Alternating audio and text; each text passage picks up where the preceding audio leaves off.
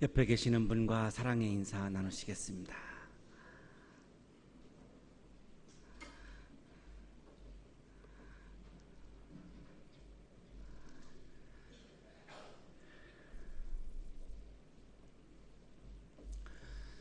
용혜원 목사님의 시 중에 관심이라는 시입니다.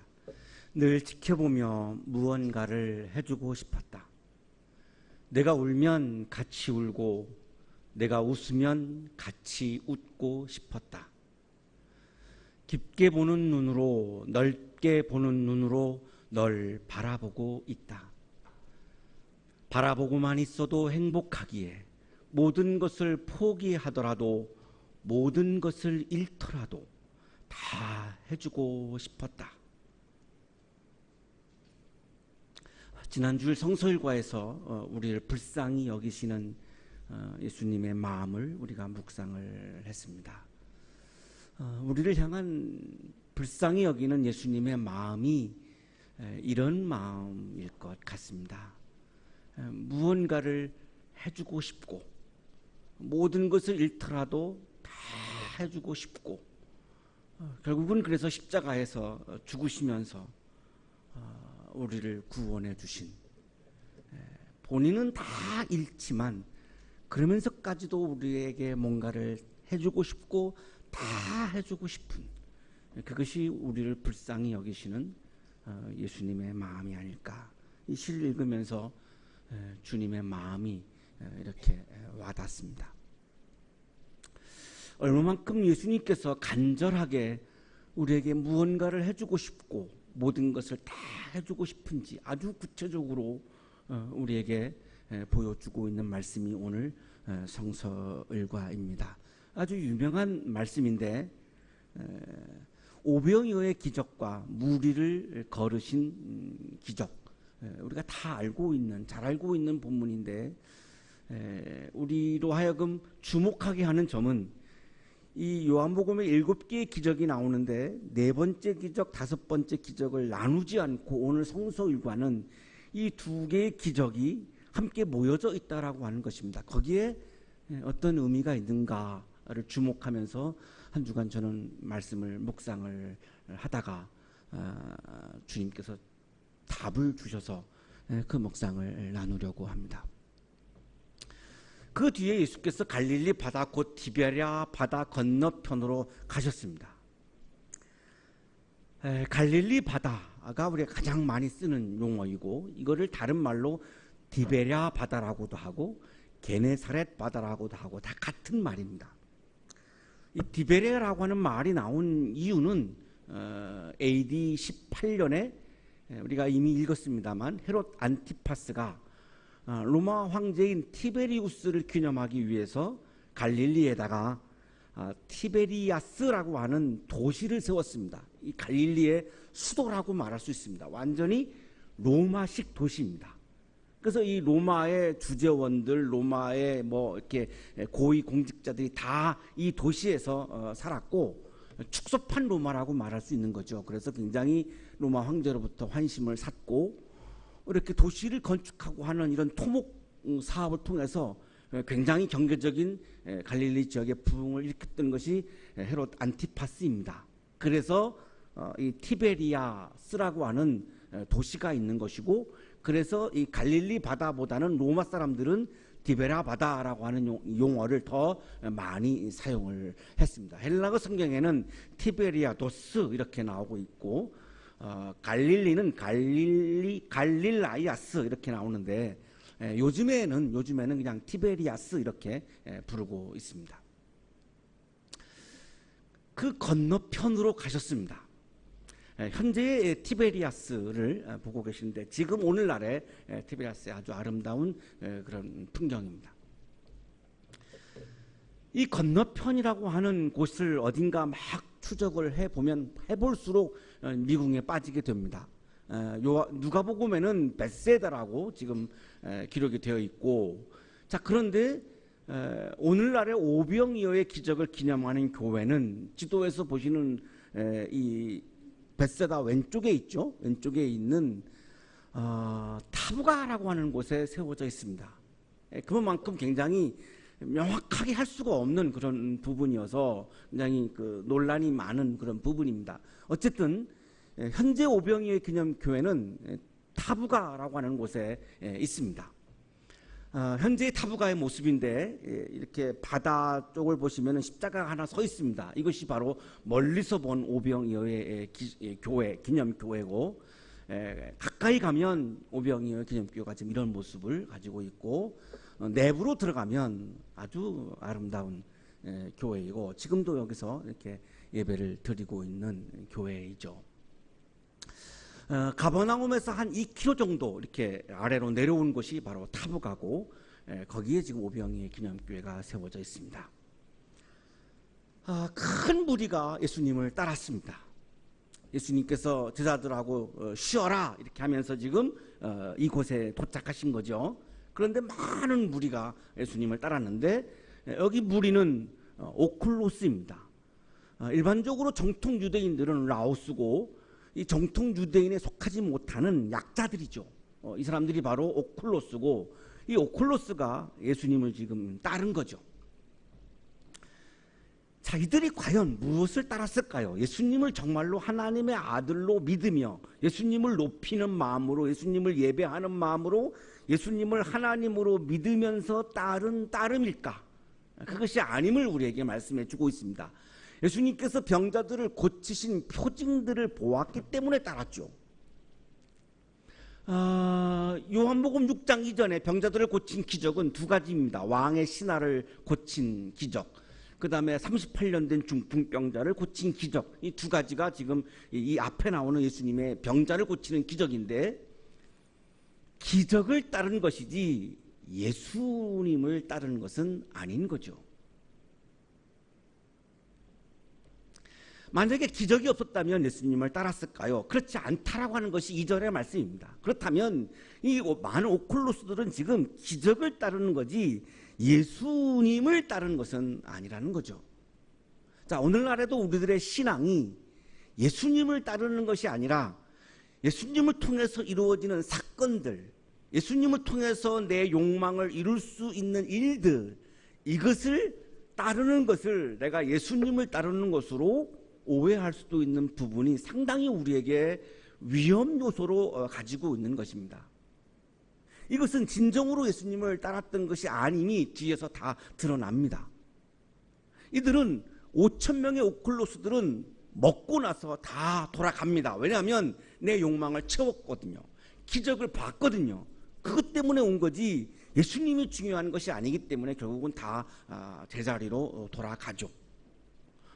이것은 신앙이 아니고 불신앙인 거죠. 다시 말씀드리면 기적의 결과는 반드시 신앙으로 이어지지 않습니다. 기적의 결과는, 오늘 본문은 기적의 결과는 불신앙이었다라고 하는 사실입니다. 그렇다면 우리들의 신앙생활에 있어서 기적이 중요하지만 그렇게 그것이 본질적인 중요함은 아니라는 거죠. 정말 우리들에게 중요한 것은 그럼 무엇이냐? 예수 그리스도인 거죠. 그것이 신앙입니다. 예수님께서 산에 올라가셨고 제자들과 함께 앉으셨습니다. 이때가 6월절이었는데요. 6월절이면 모든 사람들은, 유대인들은 예루살렘 성전에 갑니다. 자, 근데 이 5,000명은 지금 예루살렘 성전에 안 가고 예수님이 계시는 지금 산에 왔죠. 그만큼 오클로스였던 거죠. 성전 공동체에서마저도 소외되었던 굉장한 약한 약자들이었던 겁니다. 예수님께서 눈을 들어서 큰 무리가, 오클로스가 자기에게로 모여드는 것을 보셨습니다. 보니까 굉장히 배고파 보이는 겁니다. 그 배가 고파하는 오클로스들을 보시면서 예수님이 가지신 마음은 정말 단순합니다만, 그런데 정말 본질적인 거죠. 먹여주고 싶은 겁니다.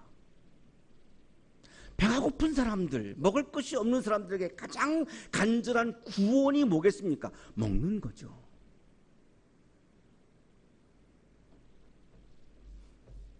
(5,000명이) 함께 배불리 먹으면 예수님은 행복한 겁니다. 그것이 5천 명을 향한 예수님의 마음입니다. 불쌍히 여기는 마음입니다. 이것이 구원하시려고 하는 예수님의 마음인 거예요. 그래서 빌립이라고 하는 제자에게 물으신 거죠. 빵을 우리가 어디에서 빵을 사다가 먹일 수 있겠느냐? 빵의 출처를 묻습니다. 정말로 먹이려고 하는 마음을 가진 사람에게 중요한 것은 출처입니다. 출처가 있어야 먹일 수가 있지, 출처가 없으면 먹일 수가 없기 때문이죠. 교회에서 아주 중요한 요소 중에 하나가 먹는 겁니다. 이 먹음, 우리 성만찬이 바로 먹음을 상징하는 그런 세레모니죠. 그러나 먹음만 가지고서는 교회일 수가 없습니다. 또 하나 중요한 것이 먹임입니다. 교회가 먹임의 일을 하지 않는다면, 그리고 먹음의 일만 한다면 그것은 그냥 세상의 단체와 똑같을 수밖에 없습니다. 교회는 우리가 잠시 후에 예배가 끝나면 우리가 가서 먹습니다. 먹어야죠. 굉장히 중요한 우리 코이노니아입니다. 그 먹음의 사건만 있고 먹임을 하지 않는다면 그건 진정한 의미에서 교회일 수가 없어요. 왜냐하면 예수님은 지금 어떻게 하면 이 5천 명의 오클로스를 먹일까, 지금 이 먹임에 지금 마음을 다 집중하고 있습니다. 어떻게 하면 먹일까? 왜 빌립에게 물으셨을까? 질문하지 않을 수 없는 본문인데요. 아마도 빌립이 굉장히 믿음이 약한 제자 중에 약한 제자였던 것으로 보입니다. 오늘 성서 일과의 가장 핵심 요절을 꼽는다면 저는 6절입니다. 예수께서는 자기가 하실 일을 잘 알고 계셨던 것이다. 자기가 하실 일이라고 말씀하시죠.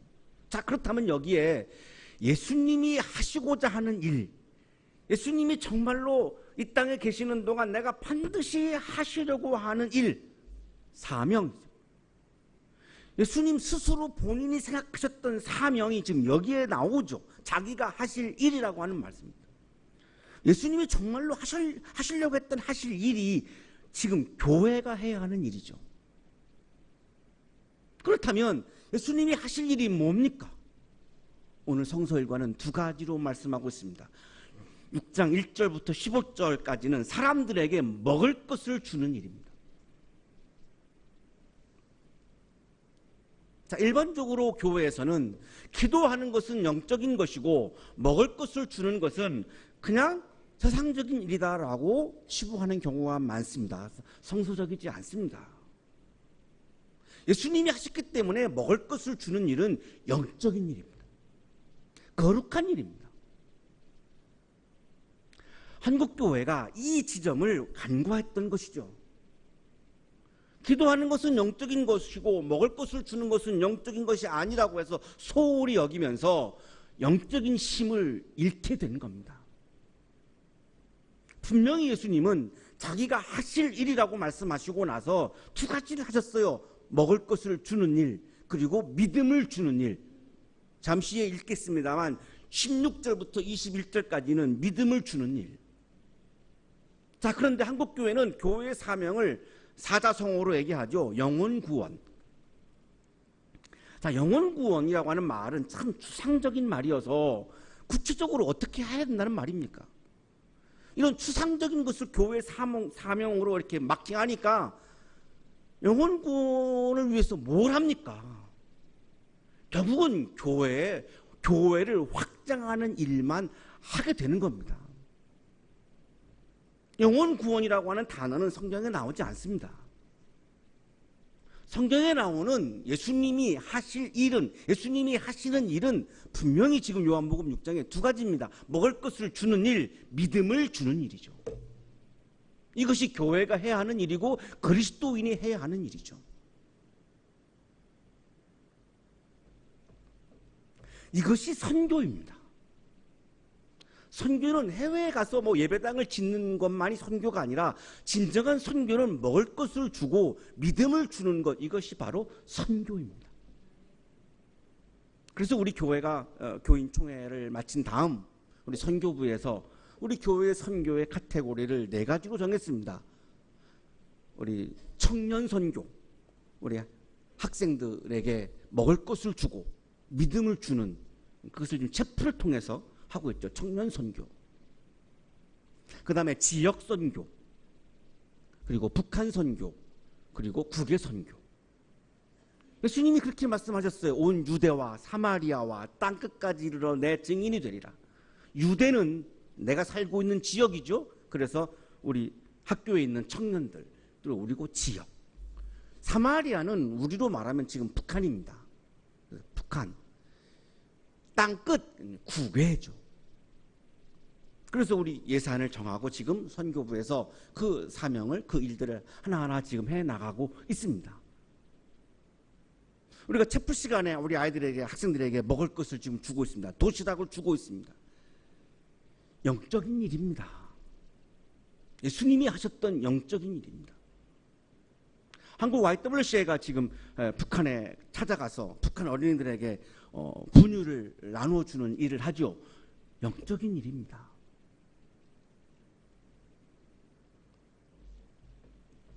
예수님은 지금 정말로 먹임의 일, 먹이는 일, 먹임의 일을 너무나 영적인 일로 중요하게 생각하셔서 이 출처를 물으셨는데 빌립은 액수로 대답을 합니다.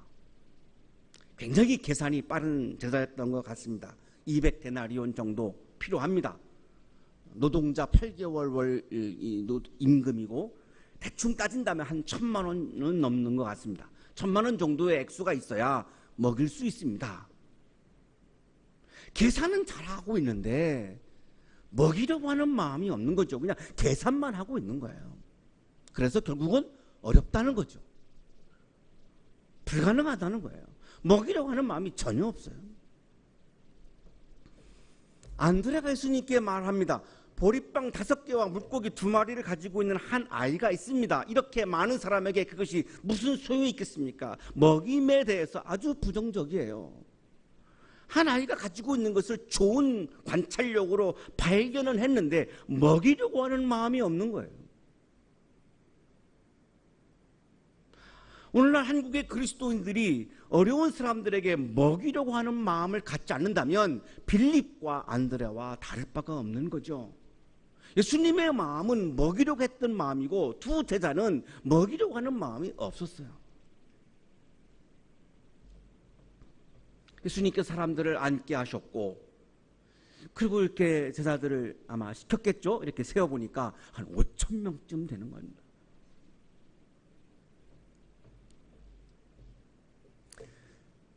먹어야 되는 사람들은 지금 5,000명이고 한 아이가 가지고 있는 것은 보리빵 5개와 물고기 2마리고 이 먹임의 일을 예수님이 하시기에는 굉장히 어려운 상황입니다. 그리고 또 하나는 이 성서일과를 묵상하면서 제 눈에 이렇게 들어왔던 것이 하나 있습니다. 보리빵 5개와 물고기 2마리는 이 아이의 것입니다. 이 아이가 내놨다는 말씀도 없고 그러면 뺏어간 것인지 이거를 이 아이가 내놓은 건지 그냥 네 거 내 거 없이 그냥 이렇게 정말 공동체적인 그런 소유의 개념이었는지 뭔지는 잘 모르겠는데 어쨌든 이 아이의 허락이 있어야 되는 거 아니겠습니까? 그런데 허락했다는 말씀은 안 나와요. 생략되어 있는데 굉장히 궁금해요. 이게 어떤 반강제적이었을까? 약간 압력을 넣었을까? 어쨌든 정말 여러 가지로 어려운 거죠.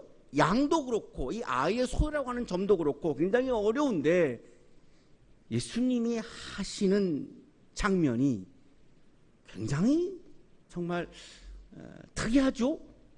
빵을 들어서 물고기를 들어서 감사를 드렸습니다. 유카리스테타스. 우리가 성찬식을 유카리스트라고 그러는데 여기서 온 말이죠. 감사를 드렸어요. 5,000명을 먹이기에는 굉장히 작은 양인데 예수님이 왜 감사하신 걸까요? 뭘 감사하신 걸까요? 이미 아직은 먹이지 않았지만 이미 5,000명을 먹였다라고 믿음의 눈으로 보셨기에 감사를 드릴 수 있었겠죠. 이것이 믿음입니다. 정말로 내가 먹이려고 하는 마음이 있으면 이 먹이려고 하는 이 마음이 현실로 이루어진다라고 하는 믿음이 있는 거죠. 그래서 감사를 드렸고, 이 감사 뒤에 일어난 사건이 바로 우리가 얘기하는 기적의 사건입니다. 원망하고 불평했다면, 빌립처럼 안드레처럼 계산만 잘하고 관찰력만 뛰어나고 먹이려고 하는 마음이 없었다면, 감사는 불가능했고, 감사가 없었다면, 원망과 불평만 했다면 아마 이 기적은 일어나지 않았을 것입니다. 인간의 나라에서 일어나지 않는 하나님 나라에서만 일어날 수 있는 하나님 나라의 사건이죠. 이 하나님 나라의 사건은 믿음에서 일어났던 사건이었습니다. 그래서 나사렛에서는 예수님이 병자들을 고치지 못했습니다. 믿음이 없는 곳이었기 때문에. 감사를 드리고 계시는 그 예수님의 믿음 때문에 하나님 나라의 사건이 일어나서 5,000명에게 빵도 나누어 주고 물고기도 원하는 대로 주셨습니다. 원하는 대로. 아주 배가 불러서 더 이상 먹지 못할 때까지 주신 거죠. 얼마나 축제입니까? 이게 하나님 나라의 기쁨이죠. 사람들은 배불리 먹었고, 제자들에게 예수님이 남은 부스러기를 다 모으고 조금도 버리지 말아라 이렇게 말씀하시죠. 음식을 버리는 거는 그래서 예수님의 뜻하는 많이 다른 것 같아요. 우리가 식사할 때 음식을 버리는 거는 어쨌든 예수님의 뜻과는 달라요. 예수님이 하신 명령이죠. 버리지 말으라고. 버리지 말으라고. 보리빵 5덩이에서 먹고 남은 부스러기만 12광주리에 가득 찼습니다. 정말 풍성한 기쁨이 넘치는 정말 하나님 나라의 축제, 하나님 나라의 잔치가 벌어진 거죠.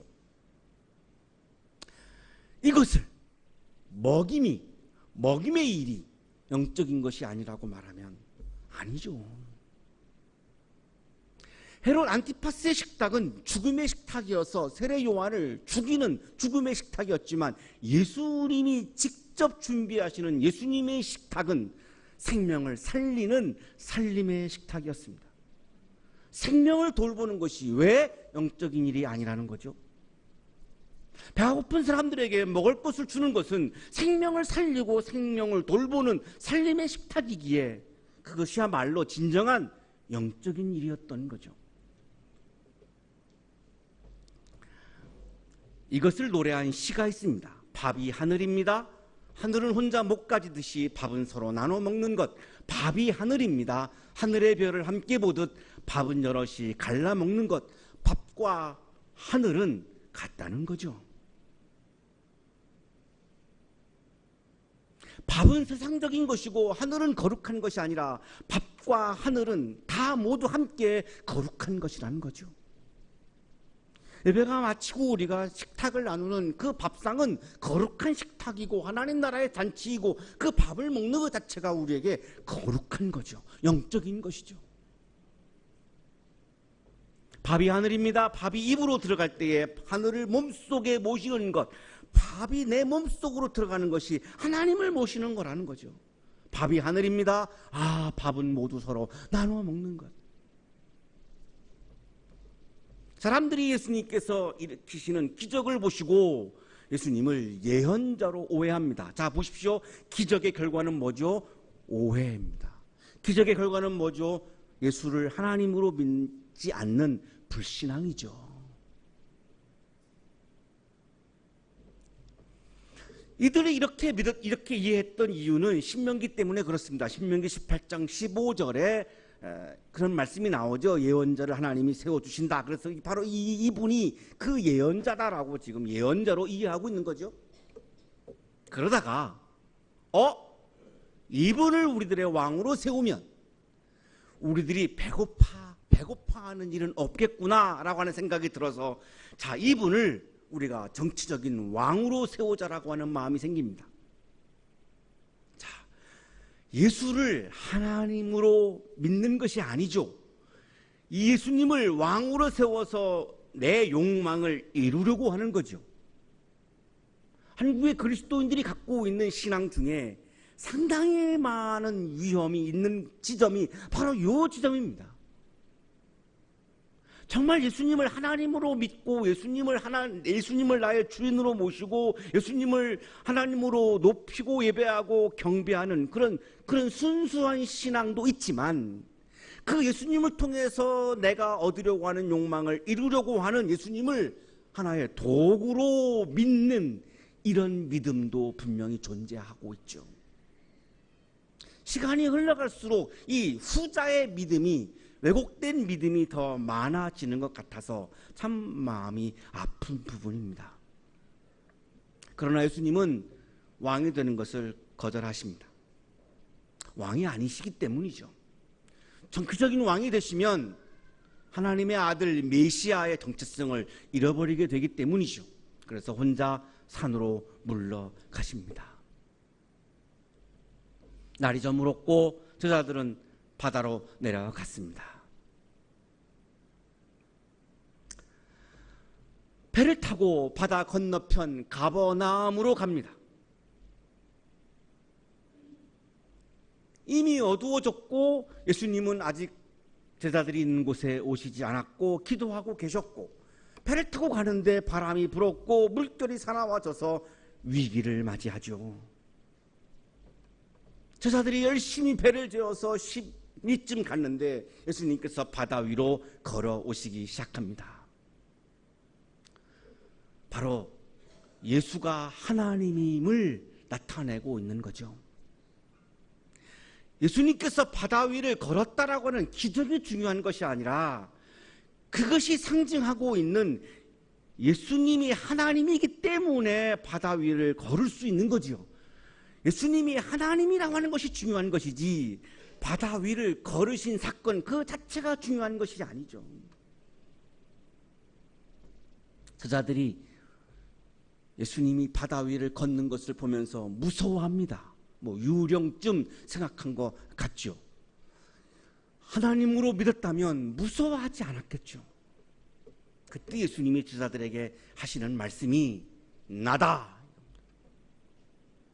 헬라 성경의 에고에이미. 자, 이 표현은 출애굽기 3장 14절에서 하나님이 모세에게 현현하셔서 자기의 이름을 물을 때에 하나님이 자기를 소개하신 규절입니다. AA 아쉐르 AA 히브리어로는 그렇게 되어 있습니다. I am that I am. 이것을 예수님은 지금 에고에이미라고 지금 말씀하고 있는 거죠. 예수님이 왜 하나님이 표현하신 그 표현법을 사용하고 계실까요? 예수님은 지금 자기를 하나님이라고 제자들에게 소개하고 있는 거죠. 왜 예수님은 자기를 굳이 제자들에게 하나님이라고 소개하고 있는가요?